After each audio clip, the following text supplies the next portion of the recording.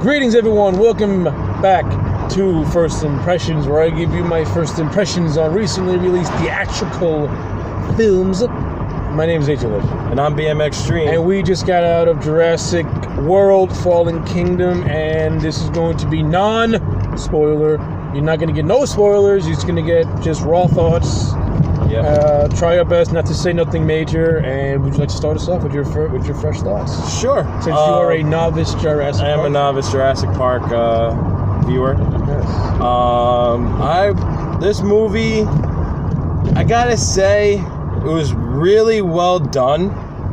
I like the action sequences in the movie. They were really, really well done.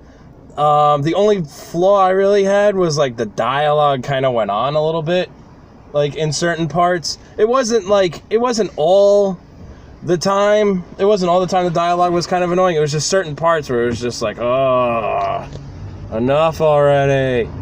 Like, I mean, Chris Pratt, great actor. The original, like the cast in Jurassic World, great cast. They did a phenomenal job.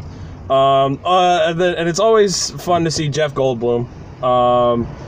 It's always fun to see him just like his acting style and stuff. It's really funny. I don't know. I mean, it was okay. Any I don't know. What else? What do you got? What do you think?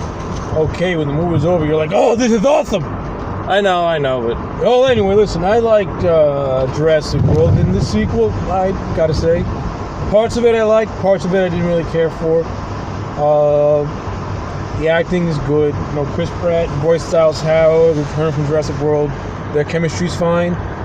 The inclusion of the little girl was okay. You got some side characters that I really didn't care for, which were on Claire, played by Dallas Howard.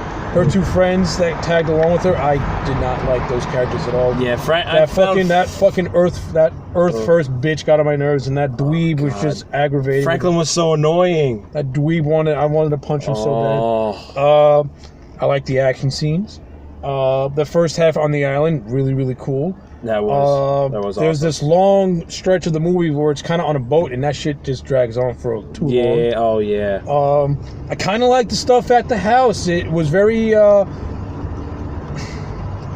dinosaurs stalking you in the house. It's very horror movie-esque. Yeah. And I'm a big fan of like those of horror movies, of like, movies in general, where it's like you're confined into a small space. And there's very limited places where you can hide. And when you have that small enclosure with a dinosaur hunting you, that, to me, is the mark of really good horror and really good suspense. And I kind of like that whole House of Horrors thing going on. The dinosaurs kind of like were on the loose. Yeah. Especially this Indoptor Raptor, whatever the fuck, hybrid thing. I don't know, it was like the Indoraptor or something. The Indoraptor, what the fuck you want to call it anyway. Yeah. Which looked not bad. Indoraptor, I don't know. Looked pretty cool. It was a pretty cool looking dinosaur. I think the Indominus Rex from Jurassic World was a little better, but this new one looked okay. I'm gonna give it that. Yeah. But yeah, I thought all those were. I enjoyed that whole House of Horrors stuff going on with the dinosaur pretty much stalking of the characters inside the house. Mm-hmm. I thought that was pretty cool. The visual effects, good mix of practical and CGI. Blue returns from Jurassic World, and Blue has some pretty cool scenes in that movie sprinkled throughout. The T-Rex has a couple of good scenes. Yeah. The Mosasaurus is completely underutilized, and you'll know when you see it. There's this really, really touching scene with a Brachiosaurus. When the island's being... Oh, yeah. It's Brontosaurus. Either way. Whatever. Either way. It's Brachiosaurus, Brontosaurus, whatever the fuck you want to call it. It's the fucking long-necked dinosaur. It's the one with the long neck that eats plants. There's this really emotional scene that happens, like, once they leave the island, which will bring a tear to your eye. Oh, my God, yeah. Really will bring a tear to your eye. It was a very emotional scene. I wasn't tearing up, but I felt my heart going into my chest. I felt like I was welling up. It was a very, very, very powerful scene. This movie made me care about the demise of the extinct dinosaurs. Yeah. Dr. Wu returns, and I call Dr. Wu the Dr. Frankenstein of the Jurassic Park. Him coming back is a good touch. I didn't really. I'm of two minds of a subplot in this movie that I'm not going to get into because that would pretty much be a big spoiler. But I'm of two minds about this subplot, and it's kind of you got to kind of take it or leave it. It adds on to the whole it adds on to John Hammond's character, but at the same time I'm scratching my head and I'm just like, oh wow, now you're really scraping the bottom of the barrel with this thing.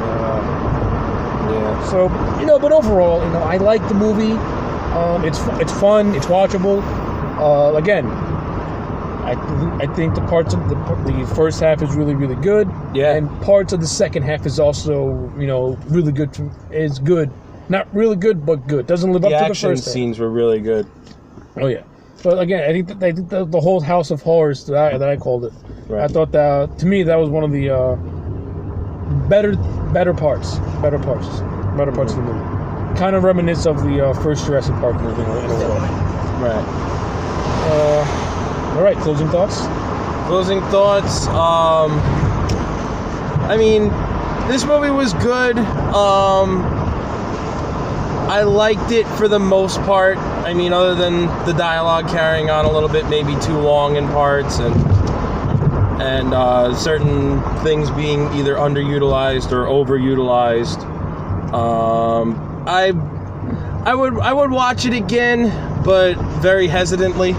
I would probably give this movie a 6 out of 10 or a 7 out of 10 as like an overall rating. What about you? What would you give it? This is a solid 7 out of 10. Jurassic World, the first Jurassic World's a much better movie. I thought so too. I do like this one better than Jurassic Park 3. This is not Jurassic Park 3 bad. Jurassic Park 3 was bad. This one had more redeeming qualities in Jurassic Park 3. I can watch Fallen Kingdom and not be ashamed of it.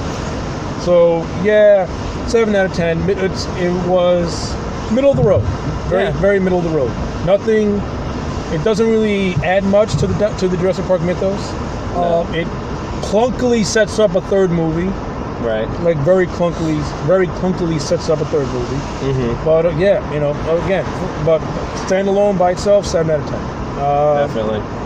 You can watch this movie and it won't change your opinion on Jurassic Park at all. It's there. Mm-hmm. It exists. It's there. Take it or leave it. Part of the universe. It's an extension of the first. It's an extension of Jurassic World 3. But this movie plays more like a setup for a third movie than it does its own movie. Right. It really does. Right. It's more like a cliffhanger. Yeah, no, it's not a cliffhanger. It's more focused on setting up the next movie than it is telling its own standalone story. Oh, true. Which is kind of bad because when you're making a movie, goal number one is to do a standalone story and just have hints of another movie. But this movie pretty much threw itself under the tracks just to set up the next one, which I thought was not really a smart thing to do, but whatever. Yeah. Well, anyway, those are our thoughts on Jurassic World: The Fallen Kingdom. Let me know what you think about this movie in the comment section below. Other than that, like this video, subscribe to my channel, and I'll check you back next time for more. Later. Peace.